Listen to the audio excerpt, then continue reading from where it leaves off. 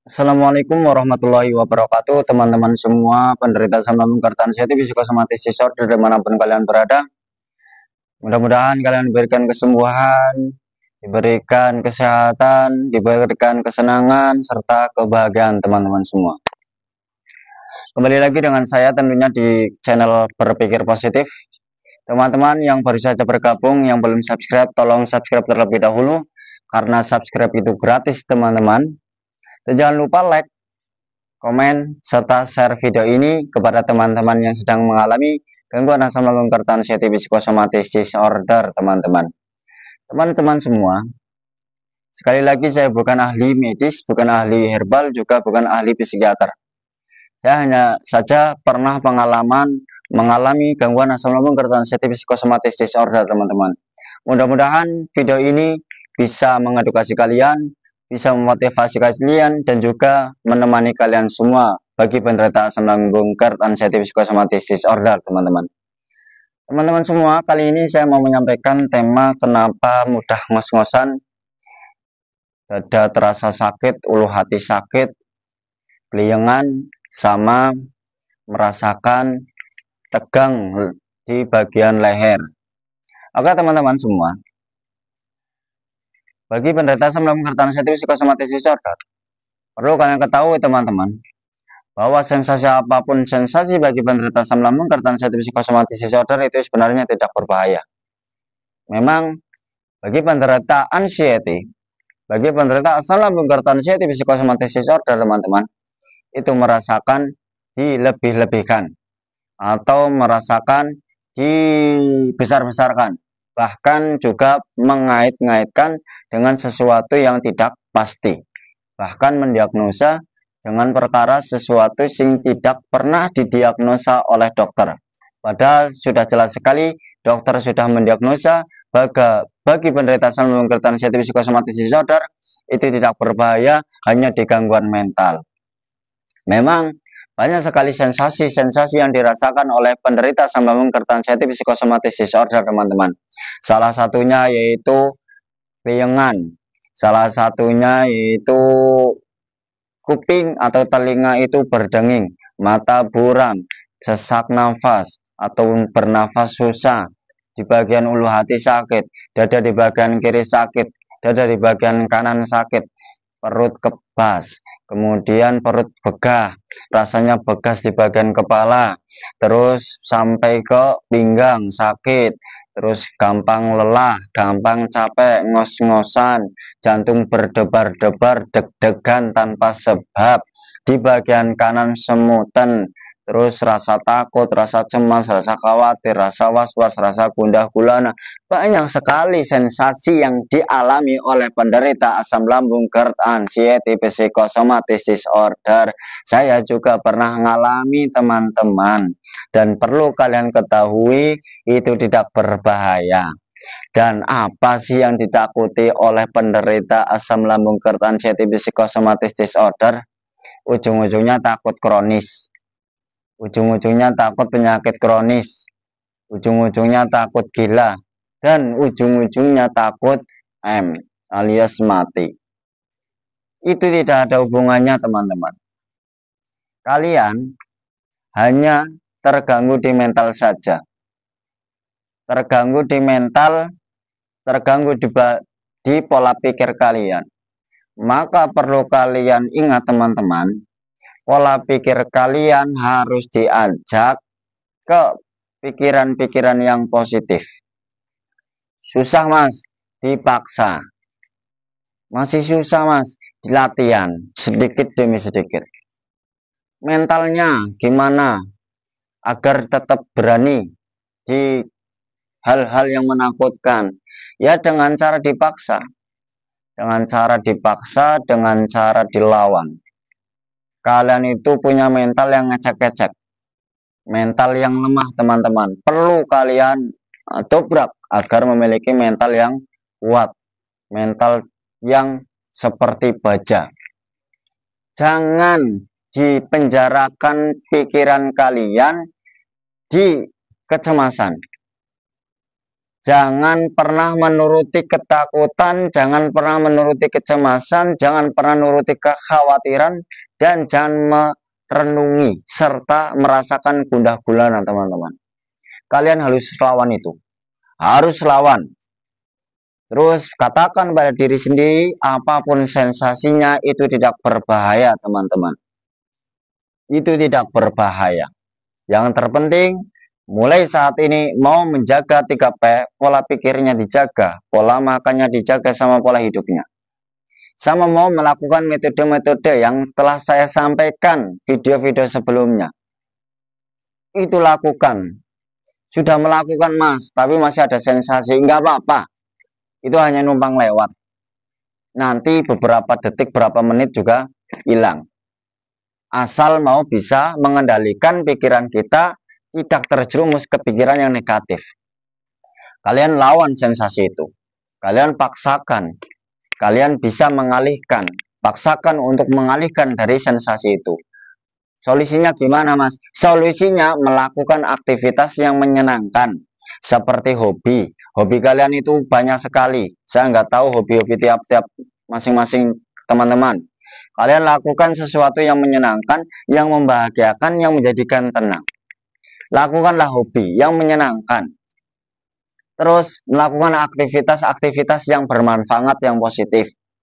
Agar apa? Agar teralih dari pikiran cemas, pikiran khawatir, pikiran gundah gulana, agar tidak meratapi sensasi. Udah, mulai sekarang bangkit, teman-teman. Kembalikan kehidupanmu yang dulu. Dulu suka humor, suka ketawa, suka ngobrol, suka duduk nongkrong bareng teman. Gimana diri kalian yang dulu, teman-teman? Dulu mau pergi, mau ke wisata, mau shopping-shopping, mau keluar rumah, nggak pernah mikir. Mikir itulah, mikir inilah. Nggak pernah mikir ketakutan-ketakutan. Gimana diri kalian yang dulu, teman-teman? Dulu pulang malam, nggak pernah mikir warna-warna, nggak pernah mikir macam-macam, nggak pernah mikir kemana-mana. Sekarang mau pergi, mau keluar rumah, mikir. Pulang malam, mikir. Mau nongkrong temen, mikir. Mau sampai kapan, teman-teman? Mau sampai kapan kalian akan mengurung diri, merenungi sama merasakan gundah gulana? Mulai saat ini bangkit, teman-teman. Saya ingin sekali kalian itu sembuh dari gangguan itu. Gangguan anxiety itu. Gangguan setan itu. Anxiety yang luar biasa itu. Tapi solusinya hanya bisa dilawan dengan tekad. Dengan cara memaksakan. Anxiety itu apa sih? Nafsu, teman-teman. Jangan nurutin nafsu. Kita harus lawan, beranikan. Saya, teman-teman, saya pergi tadi jam 8 sampai sekarang. Ya, aktivitas di rumah terlebih dahulu. Saya melakukan bimbingan di luar rumah ke kota. Nyatanya aman-aman saja. Iya, karena masnya sudah sembuh. Awalnya sebelum saya sembuh, teman-teman, saya juga seperti itu, dipaksakan keluar rumah. Tidak mengurung diri, teman-teman. Keluar. Dipaksakan. Nyatanya sampai sekarang saya bisa menemani kalian. Nyatanya bisa mengedukasi kalian. Nyatanya bisa memotivasi kalian. Nyatanya bisa berbagi pengalaman ketika saya dulu mengalami gangguan asam lambung GERD, anxiety psychosomatic disorder. Kalian masih muda, teman-teman. Masa depan kalian itu masih panjang. Mau sampai kapan kalian mengurung diri di masa muda kalian? Mau sampai kapan di masa mudamu hanya menuruti rasa gundah gulana, kekhawatiran, kecemasan, rasa takut? Mau sampai kapan, teman-teman? Ayolah bangkit mulai sekarang, lakukan sesuatu yang ditakuti, lawan ketakutan itu, dobrak mental yang cemen itu, dobrak mental yang ecek-ecek itu. Mental yang kaleng-kaleng harus dibuang. Dengan cara apa? Dilawan. Kita punya prinsip, kita harus memiliki mental baja. dipaksa berlatih step by step secara bertahap. Ketika sudah melakukan metode-metode, sudah beraktivitas, sensasi masih datang, anggap saja itu numpang lewat. Numpang lewat, teman-teman. Anxiety itu ya kadang nguji, kadang ngetes. Coba sensasi itu muncul. Ini sudah kuat apa belum mentalnya? Yang sebenarnya hanya ngecek, sebenarnya hanya ngetes, sebenarnya hanya mencoba, teman-teman. Jangan malah down ketika sensasi mampir lewat, hanya mampir numpang saja atau numpang saja, hanya numpang lewat saja. Jangan down, jangan dirasakan. Sudah, oh ini sensasi hanya numpang lewat, gitu saja. Jangan malah merenungi lagi, jangan malah dirasakan lagi, teman-teman. Down lagi, akhirnya khawatir naik lagi, tambah besar, kecemasan tambah besar, ujung-ujungnya takut lagi keluar rumah. Nyatanya ketika mengurung diri, sensasi tetap ada kan, teman-teman? Ketika di rumah terus, nyatanya sensasi tetap ada kan, teman-teman? Cemas tetap ada kan? Ketakutan malah tetap besar kan? Sama, teman-teman. Di luar rumah ada, di dalam rumah ada. Cuma bedanya ketika sudah dipaksakan keluar, pasti ada perbedaannya, teman-teman. Kalau nggak percaya, buktikan mulai sekarang. Jangan sering rebahan, jangan sering mengurung diri di dalam rumah, apalagi di dalam kamar. Itu memang bagi penderita asam lambung serta anxiety psychosomatic disorder itu terlalu banyak mikir-mikir. BAB saja dilihatin terus mikir, aduh jangan-jangan BAB aku seperti ini, jangan-jangan aku begini. Itu terlalu banyak mikir. Terus kencing, air kencing pun dilihatin. Nah, banyak sekali yang dipikir. Mau makan dipikir. Kalau makan ini nanti asam lambungnya naik enggak ya? Terlalu banyak mikir. Mau keluar nanti takutnya pingsan. Kalau pingsan nggak ada yang nolongin. Nanti kalau keluar rumah pergi nanti takutnya mati, nggak ada yang nolongin. Itu pikiran-pikiran anxiety, itu halusinasi. Pikiran-pikiran yang membuat kecemasan itu berlebih. Akhirnya mentalnya semakin down, semakin down, semakin down. Kapan bangkitnya? Susah, teman-teman. Menjadikan semangatnya itu susah, bangkitnya susah. Apa yang ditakuti sih bagi penderita asam lambung anxiety? Saya ngalami, teman-teman, saya tahu. Dengar ambulan takut. Dengar burung di malam hari takut. Mau keluar rumah takut. Di dalam rumah takut. Di kesepian takut. Di keramaian takut. Masuk ke WC takut. Mau mandi takut.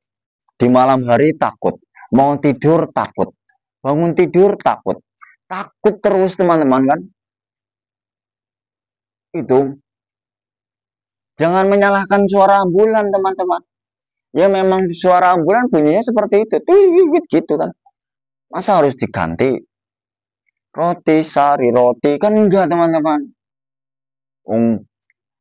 Itu mobil punya rumah sakit malah iklannya atau memberitahunya roti, kan gak ada hubungannya, teman-teman. Itu masa ambulan suruh diganti suaranya tahu bulat digoreng dadakan 500 enggak, teman-teman, enggak lah. Yang salah itu di mental kalian, bukan suara ambulannya, bukan di suara burungnya, bukan keluar rumahnya. Yang salah itu di mental kalian. Yang perlu diobati itu mental kalian, teman-teman. Dan perlu kalian ingat, tidak ada yang menjual obat mental, teman-teman. Kalian mau ke Amerika, kalian mau ke Belanda, kalian mau ke Singapura, beli obat mental itu nggak ada yang jual, teman-teman. Yang bisa mendobrak mental, yang bisa mengubah mental agar memiliki mental yang kuat seperti baja, itu diri kalian sendiri, teman-teman. Juga harus merubah mindset, pikiran yang sering sekali berpikir negatif, selalu mengait-ngaitkan. Mulai sekarang harus jaga pola pikirnya, jangan pernah dikait-kaitkan dengan sesuatu yang negatif. Apalagi Penderita asam lambung itu nggak ada hubungannya dengan penyakit kronis. Maka mulai saat ini kalian bangkit, lakukan metode-metodenya, sama menjaga 3P. Itu penting, proses pemulihan. Mulai sekarang beranikan ke tempat yang kalian takuti. Jangan mengurung diri, jangan sering rebahan, jangan sering di dalam kamar. Mulai sekarang harus interaksi, bersosial, dibawa keluar, terus bergabung dengan teman-teman. Kalau enggak dibawa silaturahmi, ya bersosial. Main ke rumah tetangga. Udah gitu aja. Biar apa? Enggak terlalu meratapi sensasi teman-teman. Enggak terlalu mengurung diri. Terus enggak terlalu menuruti rasa takut, rasa gundah gulana. Mulai sekarang teman-teman. Mulai sekarang. Mau sampai kapan? Mau sampai kapan kalian harap seperti itu terus? Mau sampai kapan kalian akan mengurung diri terus kalau enggak mulai sekarang? Kalau kalian hanya menuruti ketakutan, menuruti rasa malas, hanya mengurung diri di dalam rumah, itu susah sembuhnya teman-teman. Bisa jadi sampai tahunan. Kalian enak hidup di dalam kecemasan sampai bertahun-tahun. Itu enggak enak kan? Kalian tentunya pengen cepat sembuh. Lah kalau pengen cepat sembuh, mulai sekarang bangkit semangat. Mulai bangkit. Mulai rubah mindset, mulai rubah pola pikir. Mulai sekarang harus beranikan diri memasuki atau melawan hal-hal yang kita takuti teman-teman. Oke? Mulai sekarang harus bangkit. Ayo rubah diri kalian, rubah mindset kalian, program lagi kehidupan kalian agar menyenangkan, membahagiakan, serta menenangkan. Itu. Kalau nggak mulai sekarang itu lama teman-teman. Banyak yang terkena anxiety sampai 20 tahun. Itu rasanya gimana? Nggak enak teman-teman. Kalian ngalami. Bagi pemula, yang pemula saja itu rasanya nggak enak. Apalagi yang bertahun-tahun. Makanya mulai sekarang lakukan metode-metodenya, jalan-jalan saja di pagi hari. Setelah jalan-jalan pagi berjemur. Kalau tidak ya sore. Itu. Yang penting rutin. Semangat lakukan secara rutin, continue, secara istiqomah. Nanti ada perbedaannya, ada perubahannya. Itu lakukan. Sama jangan lupa menjaga 3P. Pola pikirnya jangan terlalu mikir yang keras. Jangan terlalu mikir yang terlalu berat. Kalau sesuatu yang tidak mampu di dalam pikiran kita, udah buang saja. Kita pasang dengan pola pikir bodoh amat. Itu harus egois. Harus bodoh amat. Gitu, cuekin aja. Terus pola hidupnya juga dijaga. Yang awalnya begadang, mulai saat ini jangan begadang dulu teman-teman. Hindari begadang. Tidur minimal dalam satu malam itu 8 jam. Sebelum tidur kalian rilekskan terlebih dahulu pikirannya, badannya jangan tegang. Jangan melihat HP yang sekiranya mengganggu pikiran, akhirnya kerancalan, jangan. Terus pola makannya perlu dijaga, nutrisinya yang banyak nutrisi. Terus juga minum air bening hangat dalam satu hari harus 8 gelas. Minimal 8 gelas satu harinya. Itu insya Allah kalian akan diberi kesembuhan dengan cepat teman-teman.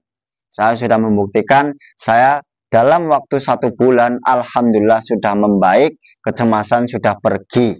Alhamdulillah sudah bisa beraktivitas, sudah berani keluar rumah tanpa teman atau tanpa ditemani teman-teman. Udah, mulai sekarang kalian bangkit, ayo kalian pasti sembuh, lakukanlah atau perlakukanlah diri kalian seperti orang yang sehat. Kalian itu tidak kenapa-kenapa. Semoga video ini memotivasi kalian, bisa mengedukasi kalian, juga bisa menemani kalian semua. Tetap semangat, semoga kalian cepat sembuh, cepat membaik, diberi ketenangan, kesenangan, dan kebahagiaan. Banyak kesalahan dari saya. Wassalamualaikum warahmatullahi wabarakatuh.